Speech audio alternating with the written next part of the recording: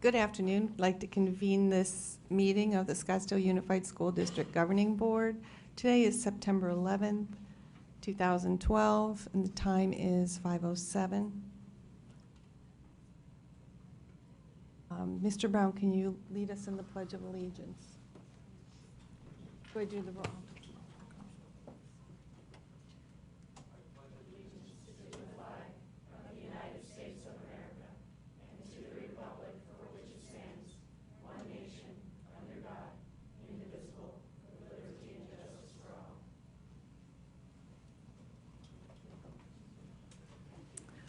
I would just like to take a moment for a brief message that while business goes on here, we want to take a moment to remember the victims and the survivors and the families of September 11th tragedy that happened 11 years ago today. So we'll have one moment of silence, please.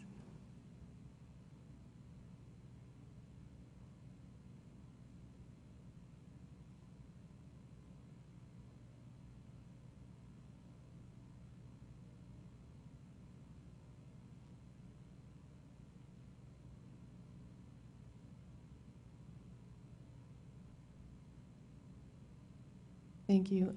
Dr. Peterson is going to introduce our entertainment for the evening. Thank you. Thank you, Madam President, members of the board. I'm pleased to introduce the Arcadia High School Chorus. They are led by Marcia Vanderwerf, and they are going to perform two songs this evening. Obviously, first, our national anthem in remembrance of 9/11, and then also, to further that, a song that was written by T. Jennings called We Might Heal, that was written specifically for the 9/11 occurrence. So I'm going to turn it over to the Arcadia High Chorus. For our national anthem, please stand.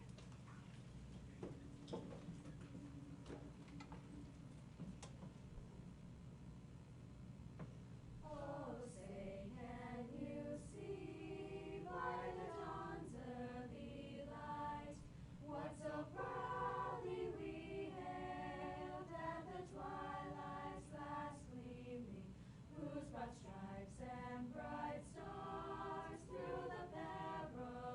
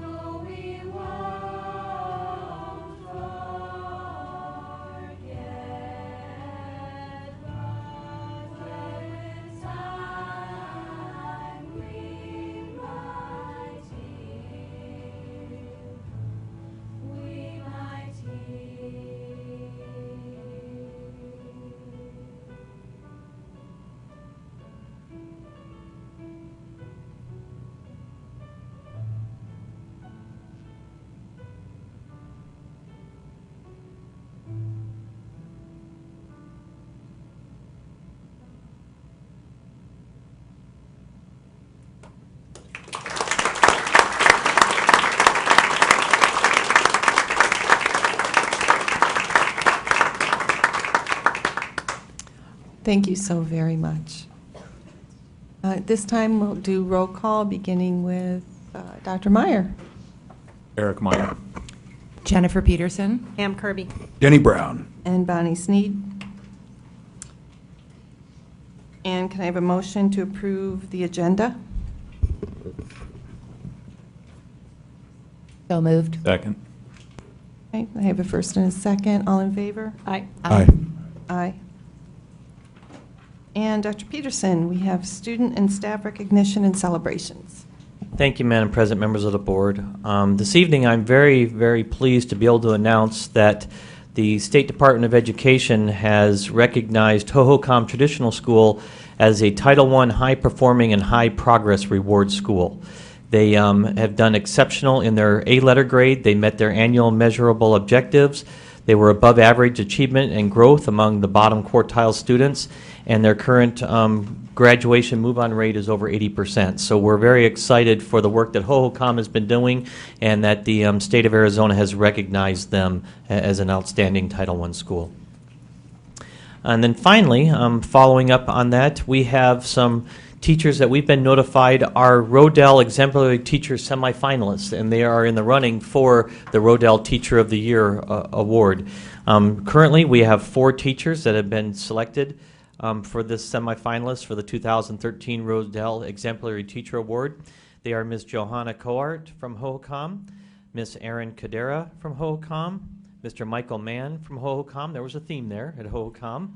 And then finally, Ms. Michelle Piazza from Tonalea. So we have 4 outstanding teachers that Scottsdale Schools is very proud to say are all exemplary teachers, and we are excited to await the results to see if they will truly be selected as an outstanding Rodell teacher. So congratulations to those 4 teachers also. Thank you.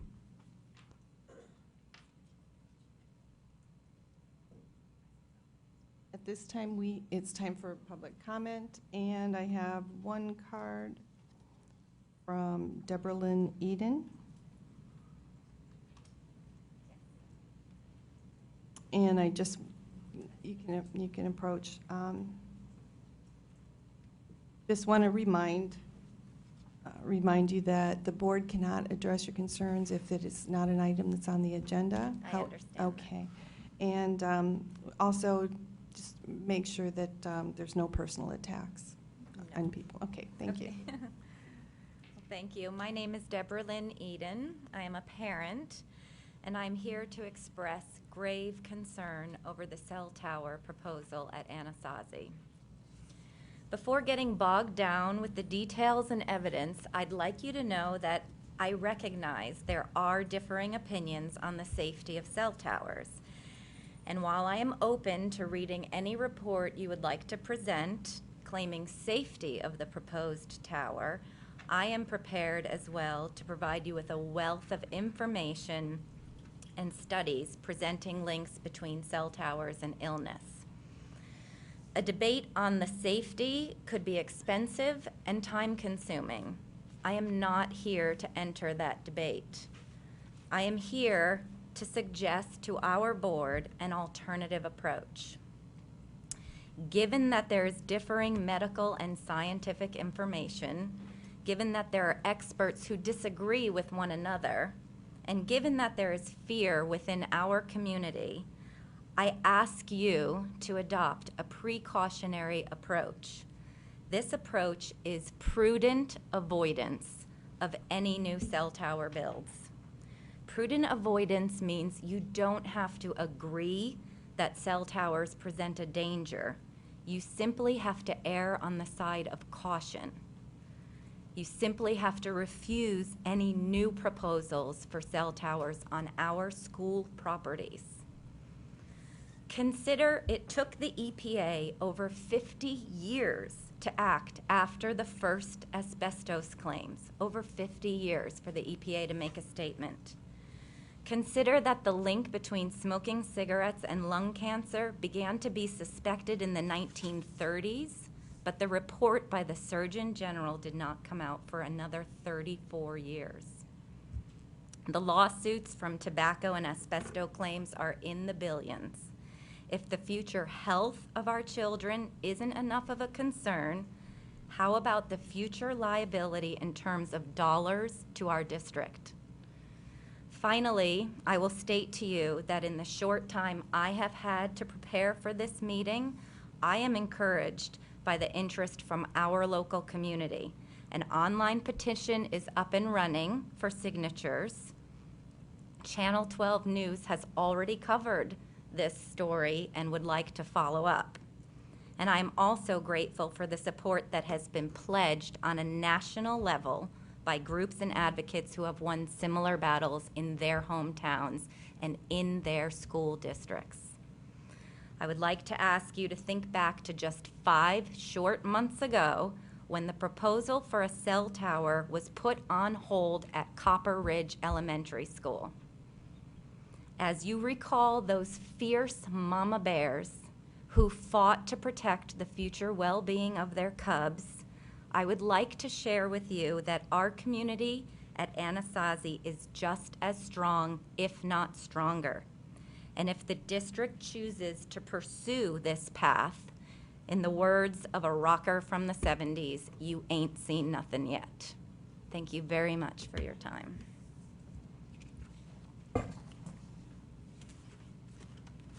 With the conclusion of public comments, the next item on the agenda is the superintendent's comments. Thank you, Madam President, members of the board. I would like to follow up on the public comment and let you know that Verizon did come to us to ask about the possibility of having a cell tower at Anasazi. Like every entity that comes to us, we have an obligation to hold public comments and meetings. We've done that. We've received the input from the public based on that. We've had several additional meetings. We have shared that with Verizon, and I can tell you that this afternoon Verizon did call us and tell us that they were withdrawing their request to consider having a cell tower placed at Anasazi. So I would like you to be able to know that that did take place today. Second of all, I am very excited to announce to you that this past weekend was our first middle school sports all-star Saturday, and it was an incredible Saturday. We had over 750 middle school boys and girls out participating. We had 28 baseball games and 54 volleyball matches take place on Saturday. It is incredible. Our middle school intramural program is just taking off, and we're very, very excited for all the work that all of our after-school intramural coaches and volunteers and administrators and middle school athletic directors put into that. It's amazing to have over 750 middle school participants on a Saturday here having great competition, and that's really what it was about, was great competition. So we're excited for our next set of sports activities to come up, but we were very excited about that. Also, you see on the counter down here are some of the binders from the schools for the reports that they've done on the strategic plan work. You can see there's a lot to those binders. Our schools have been very, very busy, and Dr. McNeil had collected a collection of some of the different schools so that you can see the work that they are doing to meet our strategic plan, and it's evident in where we are with our kids and student achievement. So we're having a great start of the school year. It's hard to believe we're in the middle of September already. We have a month of school under our belt, and things are going very, very well. I'm also pleased to say that the rain has helped cool things down for the last little while, and we've needed some rain, so it's been a win for everybody in that respect. That concludes the superintendent's comments for this evening. Thank you, Dr. Peterson.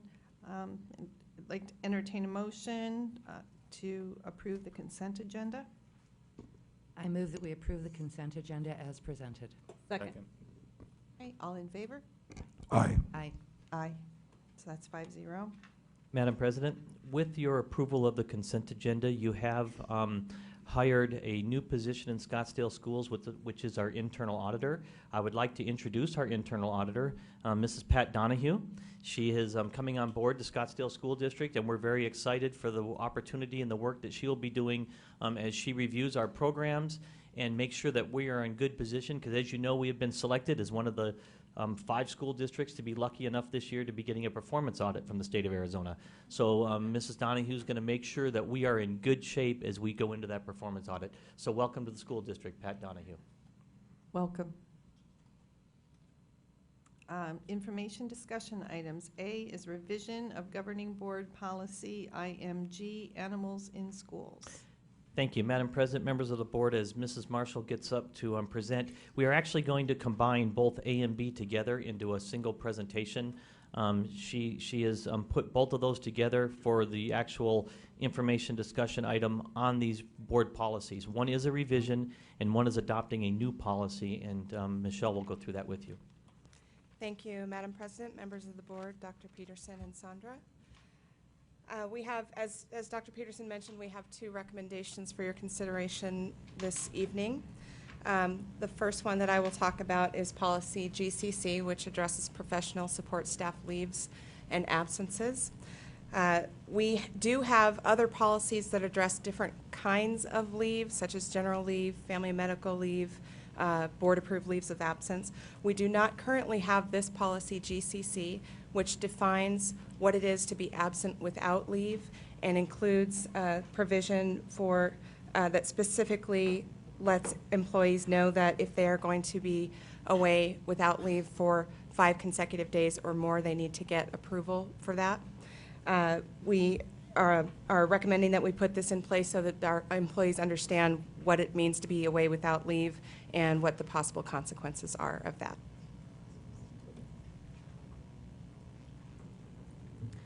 The other policy that we are recommending a revision to is policy IMG, which addresses animals in our schools and on our property. The revisions generally, and you have the red line of this, broaden the language. We previously referred only to service dogs, and we broaden that to refer to service animals, which is in conformance with the law on service animals. The other reason that we're recommending a revision is that we want to make clear to our constituents that we need to restrict the presence of pets on our campuses and on our property. We want to raise the level of safety for our kids and limit the availability of people to bring their pets on campus. I also want to point out that the regulation IMGR addresses animals that are in the schools for educational purposes, so, you know, a class hamster, that kind of thing. That regulation sets forth all the safety precautions that our schools are supposed to take with respect to those animals, so that's separate from this part of it. And with that, I'll take any questions. No questions? Oh, Mrs. Peterson. I have a couple of quick questions. Sure. On the animal policy, and maybe it was here and I just overlooked it, does that include people that are training service dogs as well? Yes, we do allow people to be on our campus with their service animals that they're training to be service animals. Okay, because I know that was a big issue in the news several years ago. A school was not restricting that. And then with the absentee policy, the leave without absence, this is usually something that we discuss in a meet and confer setting, no? I'll let, I'm not sure if it was discussed in meet and confer, that's why I'm asking Dr. Sitton to come up. No, not everything goes through the meet and confer necessarily around that topic, and this is a policy that most other surrounding districts do have, and it is one of the recommended policies. General leave is part of the meet and confer, though, the number of days that they have and things like that. So this is just more defining what being AWOL is, not What it means if you don't What have it means- approval and you're not at work. exactly versus what we allow as absences or whatever. Okay. All right, just a clarification. Thank you. Good Thank you. question. Any other? It doesn't appear so.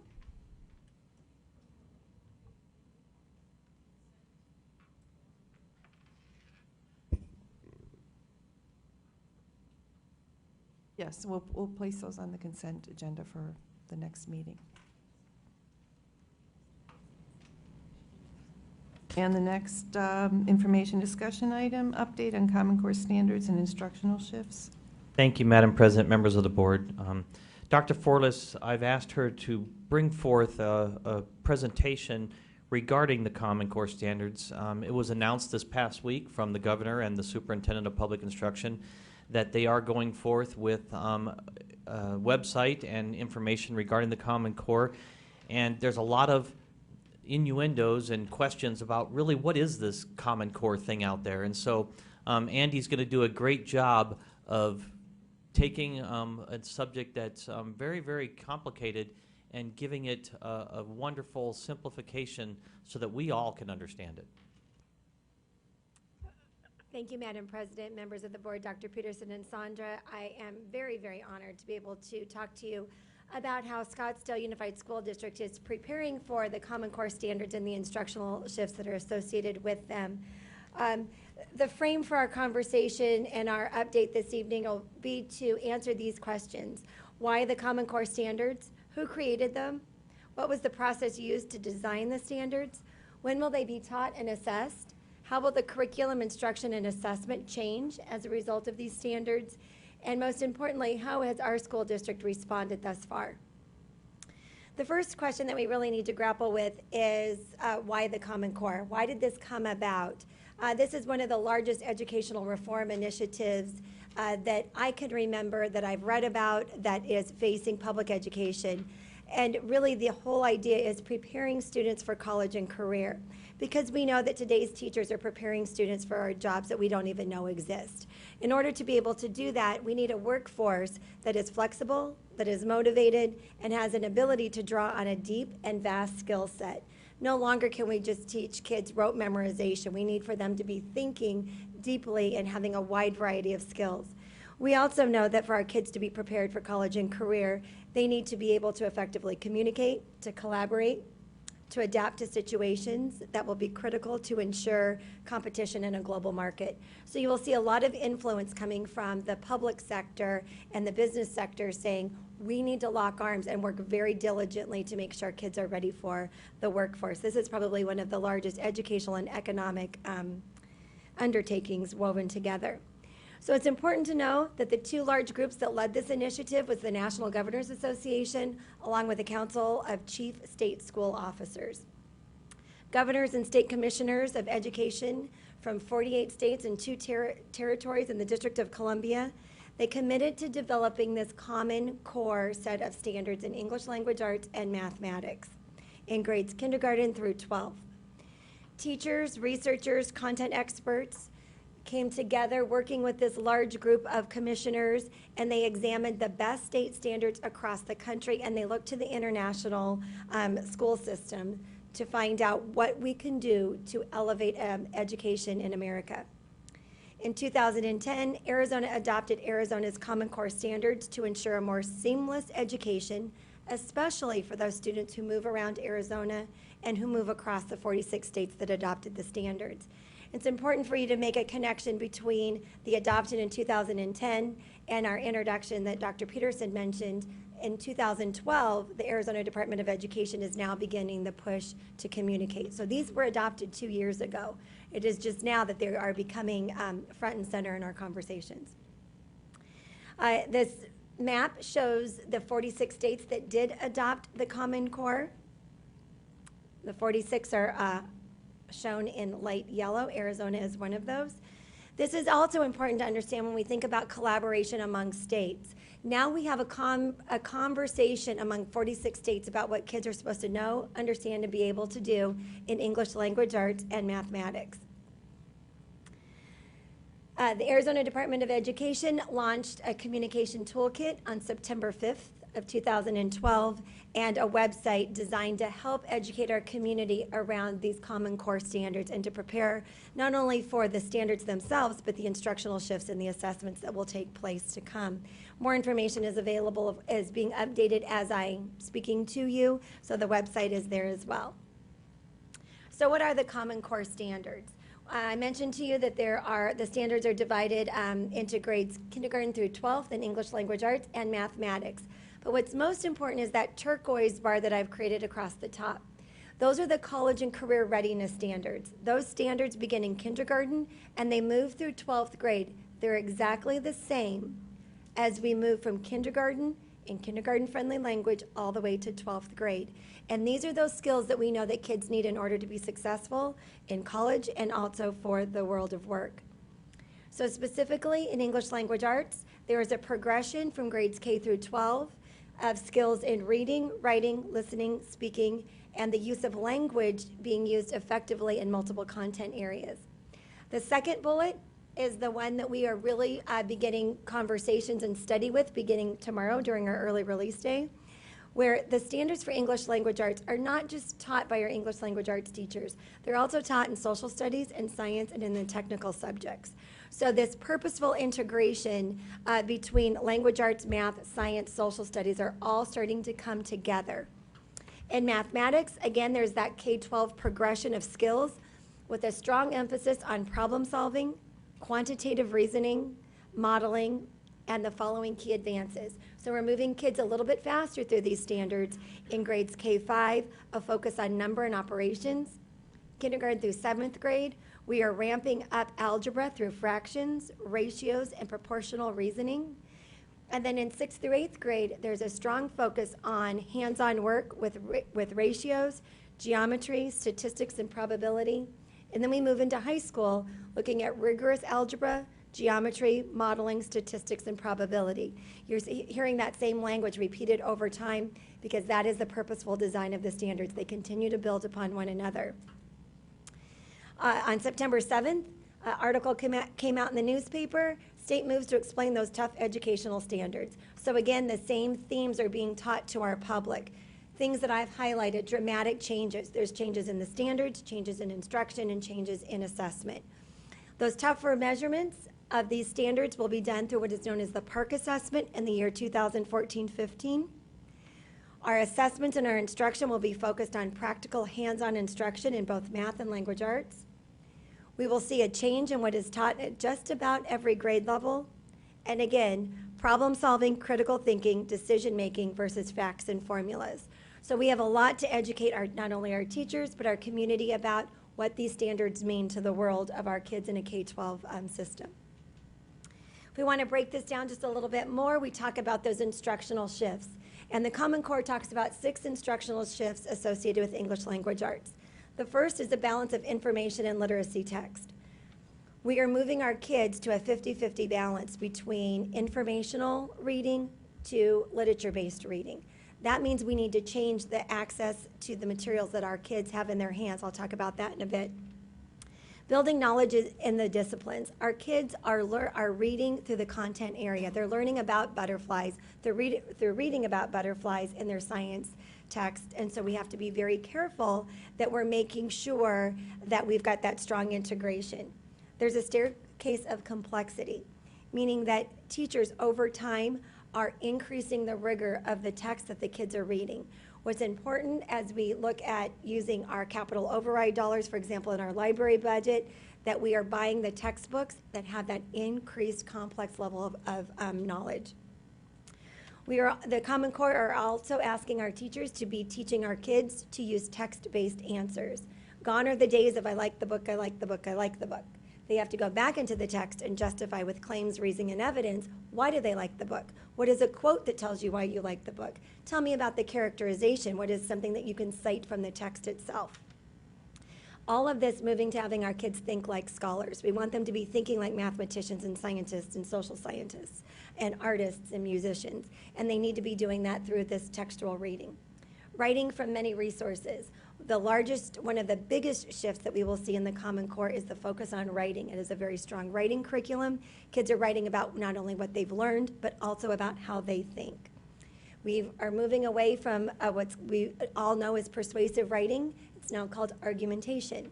So again, the world of work is argumentation, cited with claims, reasoning, and evidence.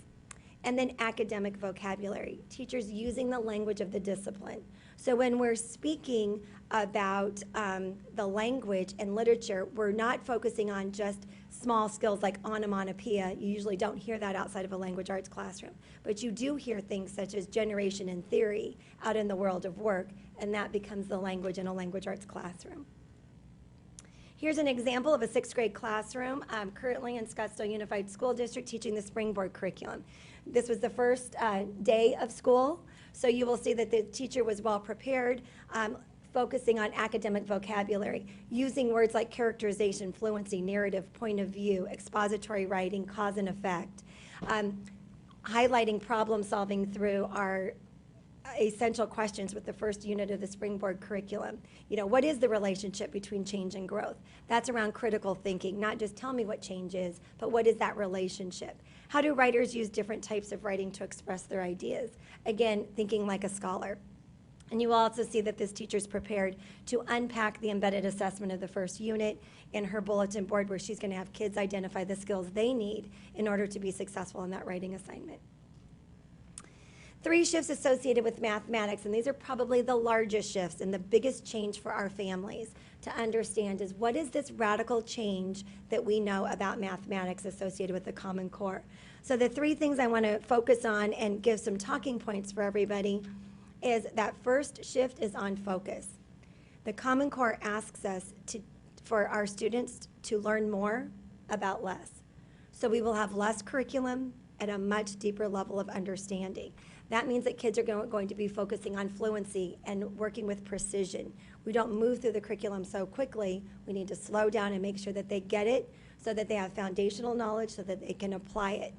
Looking at coherence, connecting ideas across grades, and connecting to major topics within grade levels. Keep building year after year. Then we look to rigor, and rigor being defined not as how quickly can you do math facts, but what are the connections to the real world. Rigor is about applying to real life situations and understanding why the math works, making the math work, talk and write about why the math works, and prove that they know why and how the math works. 8 mathematical practices that our principals will be looking for in classrooms, that our teachers will be learning about how to teach and engage their kids, are making sense of problems and persevere in solving them. Oftentimes, when our kids hit a level of frustration, we start to water down our expectations. That is not the philosophy of the Common Core. The Common Core is to ask very high-level questions, coach kids through so that they can persevere in their new learning. That's something that we're going to be teaching our parents to do too, because when you have to hurry up and get to soccer practice, you don't always have time for perseverance to get the problem done. So we will be coaching them as well. Reason abstractly as well as quantitatively, construct viable arguments, and critique the reasoning of others. This is a big shift. So oftentimes on our current AIMS assessments, kids find the one right answer. The Common Core and the PARC assessment asks kids to analyze how somebody else has done a math problem and then critique the reasoning of how they got there. Very different skill. Model with mathematics using charts, graphs, manipulatives to make sense of mathematics. Use appropriate tools strategically. When do I use the calculator? When do I use a tool? When do I pull out the chart that has my formulas on it? Attend to precision. When we go deeper into the curriculum and not so quickly, we can ensure that our kids are working very precisely. I know that our high school teachers are going to love that when the kids come up to them with all of those facts done. Look for and make use of structure, and then look for and express regularity in repeated reasoning. So looking for patterns to help them make decisions about why math works the way that it does. Here's an example of what 4th grade looks like in a classroom right here in Scottsdale Unified School District, where we have kids who are modeling and discussing their thinking and understanding of algebraic expressions using manipulatives. You will see that the teacher is pulling small group and asking kids to justify their answer. It's not just about finding the right answer, but talk about why. Students working with students, clarifying their understanding, and then using manipulatives to help model their understanding. The National Mathematics Advisory Panel final report was a contributing factor of the development of the Common Core standards, and also is something that we need to really understand and that we have been working towards within Scottsdale Unified School District over the last few years. We know that success with adding, subtracting, multiplying, dividing positive and negative numbers is absolutely foundational for our kids to work with fractions. When they're successful with fractions, we know that they're successful in algebra. Algebra being the gatekeeper, when kids are successful in algebra, we know that there will be success in college. So this is a very thoughtful piece of research that I've just quickly summarized into a chart that really talks about where we're going into the future. So that question of when will the Common Core be assessed? We talked about what the standards are. We talked a little bit about what that instruction looks like. Now, when are we going to be held accountable for our kids to have high levels of knowledge of these standards? Those 46 states that I talked about had a decision to make. They needed to decide, are they going to go with one of 2 assessment consortiums, Smarter Balanced or PARC? Arizona chose to go with the PARC assessment. That stands for Partnership for Assessment of Readiness for College and Careers. It's a summative assessment system. That word system is pretty new to this idea of standards-based assessment at the state level. I'll tell you about that in a minute. The PARCC assessment will reflect the Common Core standards in English Language Arts and in mathematics, and it will be implemented in 2014-15 in grades 3 through 11. A little bit of information about the PARCC assessment. At this time, it is designed that the PARCC assessment will be administered solely online. Kids must access the test and demonstrate their understanding of these standards through a computer, and that the PARCC assessment will have 4 assessments throughout the year. The first 2 are formative, informing instruction, the last 2 summative that are added together to create the final score. We know that our districts are grappling with how are they going to prepare kids for the Common Core in 2014, and then at the same time preparing them for the Ames assessment, for which teachers in schools are held accountable to right now. We have very strategic planning around what does that look like within our school district. We have been able to use capital override dollars to purchase new materials. Remember, these were adopted in 2010. That's when we started our conversations around we need to get new materials that are aligned to these standards. So I'm going to walk you through, and this is probably the part that will bring all of this into sense-making for all of us in the room tonight. Here's an example of a 5th grade math assessment that would be typical of what we would see on the Ames test. This test question is asking students to add fractions. They take a look at the recipe card for apple crumb pie. They take a look at the ingredients for the crumb and the filling. The question says, so how much sugar do you need in total for the crumb and the filling? And the kids add that together to find that one right answer of 4. The PARCC assessment will look like this. This is a performance task. 5th grade math, same skill, looking at adding fractions. You can read through this. I'll go through it quickly. Tito and Luis are stuffed with pizza. Tito ate 1/4 of a cheese pizza. Tito ate 3/8 of pepperoni pizza. Tito ate 1/2 of a mushroom pizza. Luis ate 5/8 of a cheese pizza. Luis ate the other half of the mushroom pizza. All of the pizzas were the same size. Tito says he ate more pizza than Luis because Luis did not eat any pepperoni pizza. And then Luis says they each ate the same amount of pizza. So who's correct? Show your mathematical thinking. That's what we are going to be asking our kids to do in 2014-15 in 5th grade. This is what the PARCC assessment is looking for. They are looking for models with mathematics, and you will see that there are charts and graphs for this child to demonstrate their reasoning. It's not about just getting that one right answer. It's about showing their thinking to get to the answer and critique others. You will also see that they persevere in problem solving. They didn't get the answer the first time and kept going, showing their mathematical thinking on paper. In 7th grade, I mentioned that the PARCC assessment will be done online. So this is what an example of what a math problem will look like in 7th grade. You will see that there are 4 objects labeled A, B, C, and D. They're looking at constant speed and rate of change. So then the kids are asked, based on the information given, drag and drop the object names in order from greatest speed to least speed in the table provided. So we also need to be teaching the language and academic vocabulary of technology. Drag and drop are things that need to be purposefully taught to kids. We can't just assume that they know them because not all kids have the same levels of access. High school mathematics, part A. This is on quadratic equations. They take a look, they solve for the quadratic equation. They have to fill in the blanks. They give the coordinates. They move the slider. So this blue arrow technologically moves. Then the biggest change is part B, because now the kids have to write an equation for their new function. They're creating something new. And then they have to compare their equation to the equation in the original function. How did the differences in the equations reveal the transformations applied? So they're analyzing their thinking and writing about it. 3rd grade English Language Arts, taking a look at science content, looking at butterflies from how animals live. They're taking 4 words and they need to drag them into the cycle in the boxes 1, 2, 3, 4 in the correct order. 7th grade English Language Arts constructed response. They read a piece of literature. There are 3 claims. Once the kids read about the 3 claims in part A, they have to highlight the claim that is supported with the most relevant and sufficient evidence. Again, that word of evidence. Part B, click on the 2 facts within the article that best provide evidence to support the claim in part A. So they're going back into the text to support their answer. 10th grade, looking at 2 pieces of literature, comparing them, and what they need to do, develop your essay by providing textual evidence, again, that word of evidence, from both texts. Be sure to follow the conventions of standard English, all done online. Currently, our kids take the Ames test for writing. They do it paper and pencil.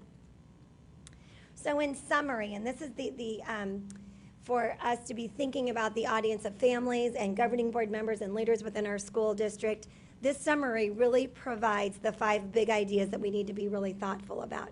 And that is that a sound, rigorous preparation for college and career is what we know about the Common Core standards. Consistent set of standards aligned to international benchmarks. A reflection of the best standards working across 46 states, and that those standards will be assessed in 2014-15. Solid evidence of skills that are required to be college and career ready. And I think the most important bullet point that is really the thing that we need to be teaching most is that the Common Core standards provide depth of knowledge, conceptual understanding, critical thinking, and problem solving. So what are we doing in our school district? We are aligning our instructional materials to the Common Core standards. This work began in 2010 in our school district. You will remember through the math adoption process, we had to hit pause because we were waiting for the publishers to catch up with the standards. We are redesigning our curriculum maps, focusing on the integration of content and technology. We have teachers working at the secondary levels during our early release tomorrow, where they're taking a look at the English language arts standards and looking at the science and social studies standards and putting those together. We are redesigning our district assessments to align to the Common Core. Our pre-assessments that we administered to our kids were aligned to the Common Core this year. We're taking a look at our programs and making changes as needed. For example, gifted and in special ed, our gifted programming's moving kids faster through rote memorization is not going to get them where they need to be with the Common Core. So really slowing down and looking at high levels of differentiation to make sure that our kids have acceleration of knowing, not just acceleration of textbooks.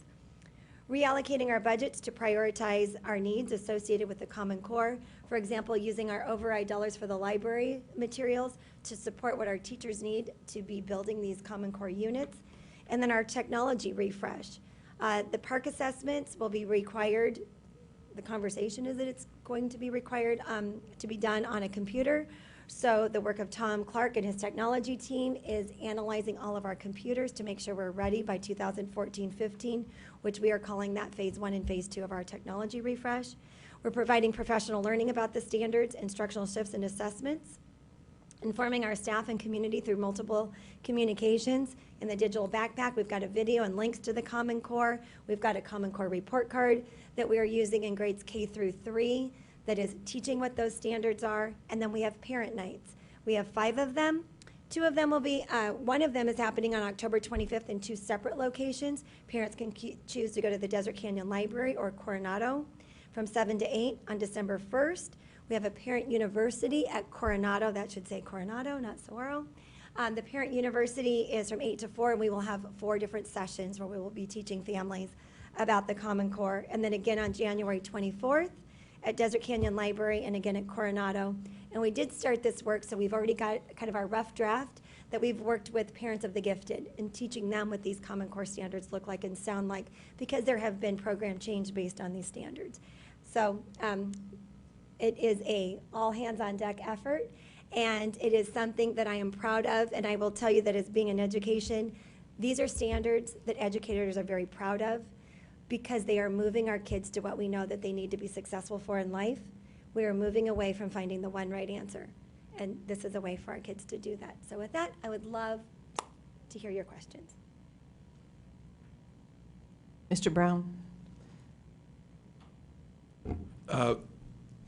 Levels of access, reading online, computer savvy. I've always been in kind of the thought, well, at the lower levels, technology is wonderful for some research and all that stuff, but I'm realizing that we need to emphasize technology in the elementary schools more so these guys are ready by the time that all this hits. Mm-hmm. Levels of access, I think, is the phrase that really comes to mind. Just had a little gathering today over at Tanalea. Well, I've only got 30 computers for all my classrooms. Well, and then only 1 or 2 classrooms with permanent computers. Well, this isn't going to get a little human ready for all the technology learning they're going to need. And I'm wondering if we're gearing up for that. Thank you, Mr. Brown. Mr. Clark is working with the technology team on a technology refresh and going through and analyzing what computers do we have. In fact, the state of Arizona, the Department of Ed, has asked, we have a very sophisticated survey that we had to complete. It's a needs assessment. How ready is your district for the park assessment? I can tell you we're a lot better than Kayenta. That we are really being very serious in taking a look at what exactly do we need to be prepared. So that is where we are prioritizing in phase 1. What does that look like in phase 2? What does that look like in conjunction with our Bring Your Own Technology initiatives? Because we know that our kids need to have access to technology, mobile devices. Our Title I dollars have been spent buying iPods for kids, iPads. So all of this moving towards this idea that we've got to get our kids ready. And I didn't spend time, I could go on a whole nother 30 minutes talking about the technology standards that are written for students, for teachers and administrators to understand. And so we're also weaving those standards into our curriculum documents. Yeah, I realize that, just looking at some of the wonderful programs we have, like Success Maker or whatever, doesn't work on just any computer. Correct. Yeah, the standards and the requirements are up there. So That's right, and I can't speak intelligently about all of the detail that is required of the computer operating systems for the park. I can assure you that Mr. Clark is very well aware of those, and that's been the driving force of the technology refresh and looking at, as we look to the future, what do we need to be going out for overrides for to support future technologies? Oh, I know Mr. Clark is very aware, and I want to be just reassured that all levels Absolutely. are aware of this need and the It's an requirements. instructional shift as well as a hardware shift. Affirmative. Yes. Thank you. Thank you, Mr. Brown. Dr. Meyer? So just to that point, I don't know if you read the report that came out this week in the paper, but Arizona I did. made the top of the list again for the largest cuts in the history, the largest cuts in the nation to public education in the last couple of years. So we made it. We won the award again. We cut 21.8% of our funding at the state level, and we were starting at 48th or 49th or 50th position already to begin with. And then our ACT scores came back this week for the state, which show, and this is why these assessments are so important, but unfortunately, we're not investing. And if you look at what are we doing in SUSD, we're fortunate that we have a capital override in place, but it expires, and we still haven't been able to meet the technology needs in 3 of the bullets that we have on this page. And to Denny's point, we need all these computers to do this testing. Well, we don't have any money to buy computers with, and there's none coming from the state. And if you look at the budget that the governor and some of my colleagues put out for the next 2 years, there's no increased funding for education. The ACT scores for the state, 35% of kids that were graduating took the test, so 2/3 didn't, and it doesn't include the 20% of kids or so that drop out prior to even being assessed. Of those 35% of kids who took the test, only 20% of those kids passed all 4 sections and were prepared for college. So we have a crisis in our state, and we're doing nothing about it, either from we are doing something about it. We're attempting to address the issue, but it would be great to have the resources to go along with it. So no question there. Oh, Just is there a question? yeah. So who's coming on the board next? No. So it's been 8 years, and I've been making the same speech. So hopefully things will change, and we can invest in our kids and do the right thing so that they are prepared for college. And thank you for all your hard work, because you're right, we're in a great position to take advantage of these assessments and move our kids forward, and it's thanks to all of you that we're there in that position. So, Thank you. Yep, thanks. Mrs. Peterson? Thank you, Andy, very much. This was a great presentation. I know we have been doing this, and we've always done this, but just as part of the conversation, from a professional development point of view, How are we helping our teachers, preparing them, giving them the tools? Because this is a whole big new thing we're doing. Mrs. Peterson, thank you for asking that, because I have a little bit of a box to jump on too, that this is an unfunded mandate that we have and have not been given additional time or resources for professional development of our administrators or our teachers, and so we are carving away at the precious time that we have.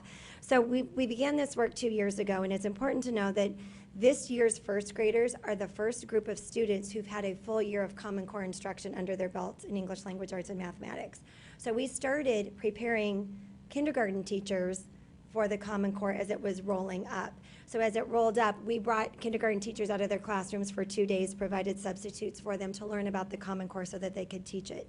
We've been incorporating through principal meetings, training on the Common Core for our principals. We've done the same, so as the Common Core has rolled up, we've also rolled the training with substitutes for kindergarten teachers, first grade, second, and then we have pulled the trigger that we have K-12 implementation of the ELA standards this year in our district. So that means that we have used some interesting creative budgeting for our springboard training for 6th through 8 teachers. And then our 4th and 5th grade teachers came out, had 1 full day of training last year. Is it enough? No, it's not enough. We're scratching the surface around what are these standards. Tomorrow, our K through 8 teachers will be going through a 2.5-hour training where they will be learning the mathematical practices, and they will be looking at generating questions based on the base 10, because that is a critical foundation of the Common Core in kindergarten through 5th grade. So that is that very large training, full-scale kindergarten through 5th grade during our early release. So to answer your question, every time that we have a piece of time, we're getting them right back to the Common Core. 6th through 12th grade teachers are doing the same. They're meeting English Language Arts and Mathematics, are refining what they're looking at their materials and refining their lesson design in association with the Common Core, and then our content teachers are beginning to integrate the English Language Arts. So that's tomorrow for 2.5 hours. But it's ongoing. It's got to be. We are creating all of our professional development tomorrow is digitally delivered. It's a voiceover video from our curriculum specialist working with all K-5 teachers to make sure they have the same message, because we can't replicate a math specialist in every elementary school, so we're using technology.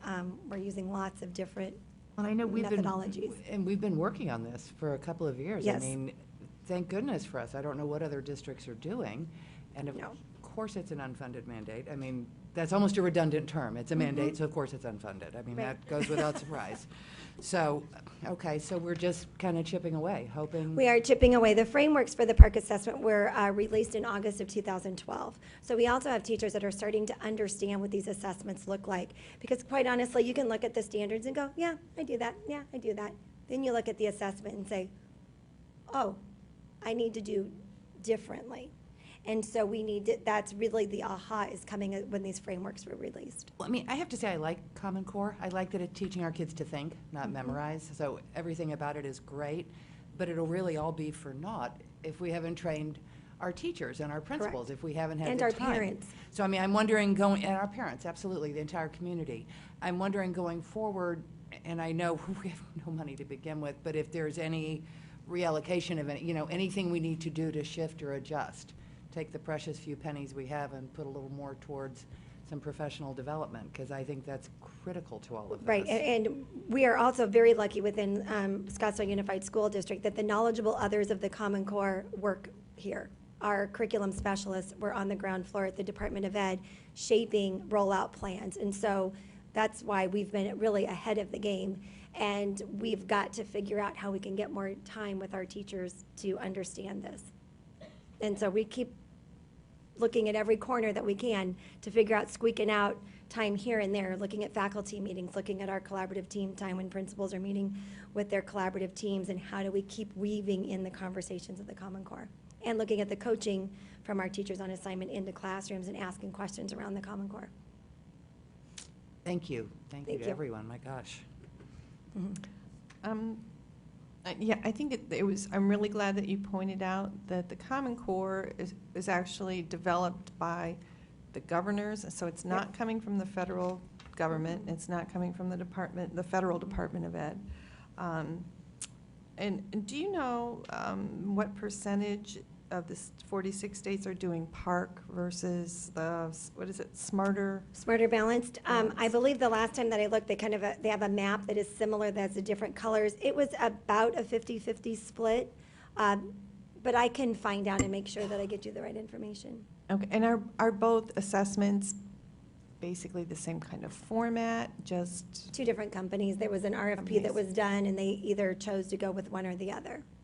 And so is there any kind of reliability as far as the standards being met between the two testing companies? You know, that is a really great question. I've spent much of my time immersing myself in learning about the standards themselves and then learning at the frameworks from the park assessment. So that would be great learning for us to be, our next step as a administrative team is to say, what do these tests tell us? And what do we know? They have been beta tested, but nobody's administered them yet to know what results we have on a large scale. So those are great questions. And are they answering, I don't know how many other states require a norm reference test by statute, like Arizona Yeah. does. Are they trying to address that sort of from what I understand, that's a weakness here? It is a weakness, but within the park assessment, there is norm referenced items that are embedded within the park assessment. So it's that dual purpose test. Okay. And the same with the Smarter Balance? And Smarter Balanced as well. The detail, I don't know, Dave or Mitch know more about Okay. they're pretty new. They just came out in August, Right, so. right. I know there was some concern at the Department of Ed that, All right, wait a I'll follow minute. up on that. Yeah, wait a minute, this doesn't fulfill the requirement. Do we need to give another test? Let's hope not. So I see that they're doing 4 tests per year. When you were touching on the technology standards, are they going to be integrated like throughout all of the curriculum so that it's not a separate thing that we're teaching technology, but whether you're talking English or science or language arts or history, you're going to be using the technology standards within the Yes, curriculum? Mrs. Sneed, Kyle Ross's instructional technology team has worked on mapping the technology standards by grade level, because right now they're in grade bands that come to us from the state. And then they are pulling them apart. What is it that we would expect to see in kindergarten through 12th grade? And then those are being layered with our content standards. So right now they're separate documents. The goal is to overlay them on top of each other to be able to say, when I'm teaching these particular standards and concepts within the Common Core, these are the technology standards and the programs that we have within the district that align to them. We don't want technology to be the thing we do on Tuesday, you know? Right, exactly. It's so Right. nice to see that after we've had computers in the classrooms for over 20 years now, so it's kind of nice to see that it isn't a Yes. special thing.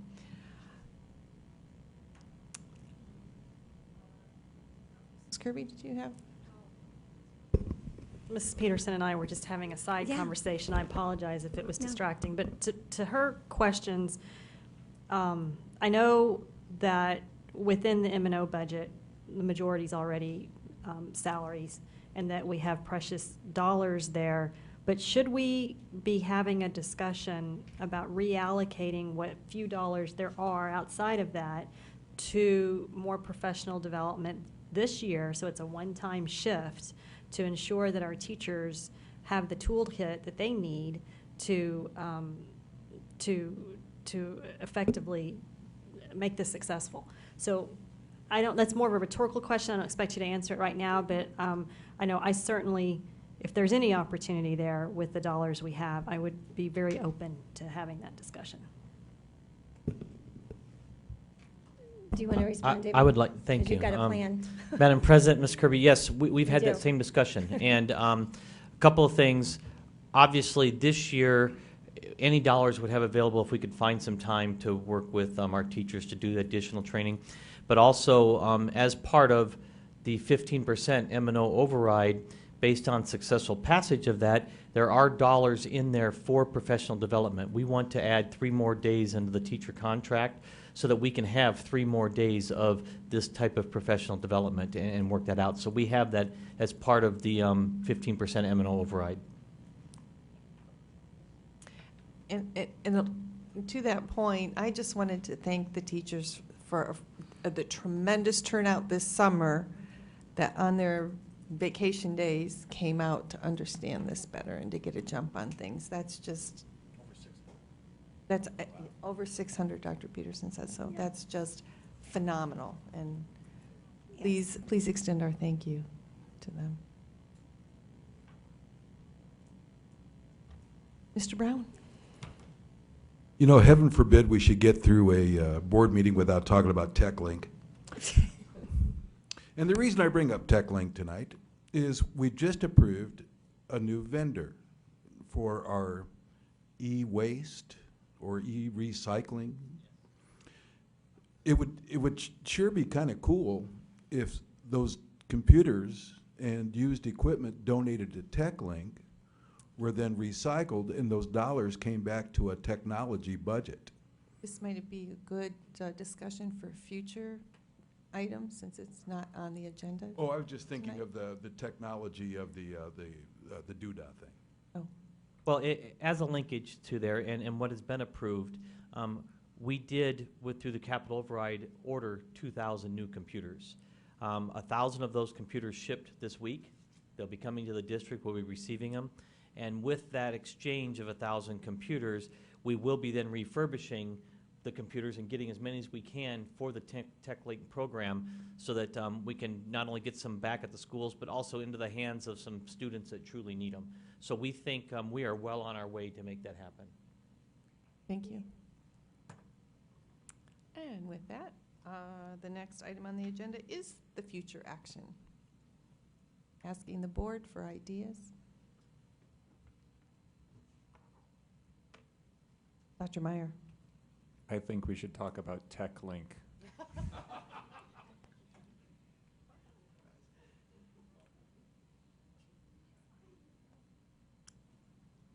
And what? Okay, okay, thank you. Okay, that sounds good. Mrs. Peterson? I would like a follow-up, either on a board agenda or through board updates about student view, parent view, how that's going, the training, how accessible it is, et cetera. Secondly, at some point, October, November, I'd love it before Eric and I left the board, how we're doing with our increased academic standards. What we're finding, have we raised the bar to 2.0? I'd like to see the okay. follow-up on that. Yes. Okay. Right, what the pitfalls have been, what the positives have been, et cetera. Mrs. Kirby? This is to that point, but beyond. We talked tonight about the key performance indicators for our initiatives that we're approving as a board. We need to know what those key performance indicators are going to be for the improved academic standards. And I'd also like to ask that we go back, maybe back to January, of what were some of the major initiatives we moved forward with, and what are the key performance indicators that we're going to all agree on for those major. So kind of step back a little bit, and then have a format like the dashboard format that we talked about earlier, so that it always stays top of mind with us.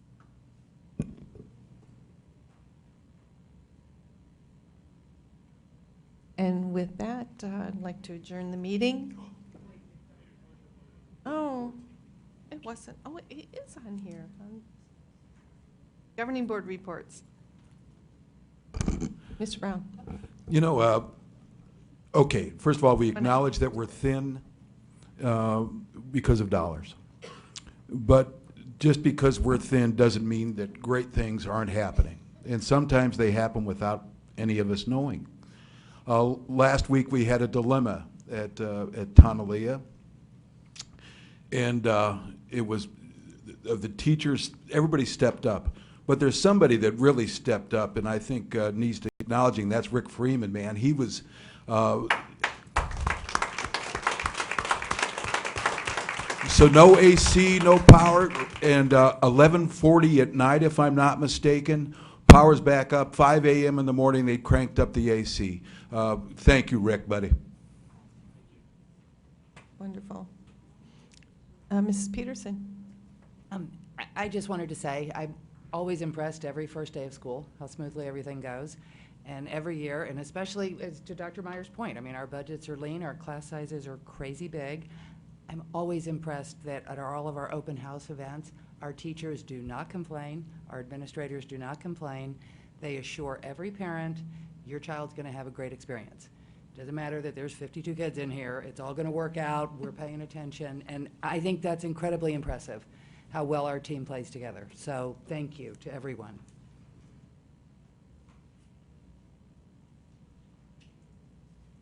If that's all, the dates of the upcoming meetings are Tuesday, October 9th at 4 p.m. We'll have a study session at 4 p.m. Tuesday, October at 4 p.m. Okay, just check. Tuesday, October 9th at 5 p.m., our regular governing board meeting. Tuesday, November 20th at 4 p.m., we'll have a study session. Tuesday, November 20th at 5 p.m., the regular governing board meeting. So at this time, do we have a motion to adjourn? So moved. Second? Second. Okay, all in favor? Aye. Aye. Motion carries 5-0. Thank you very much.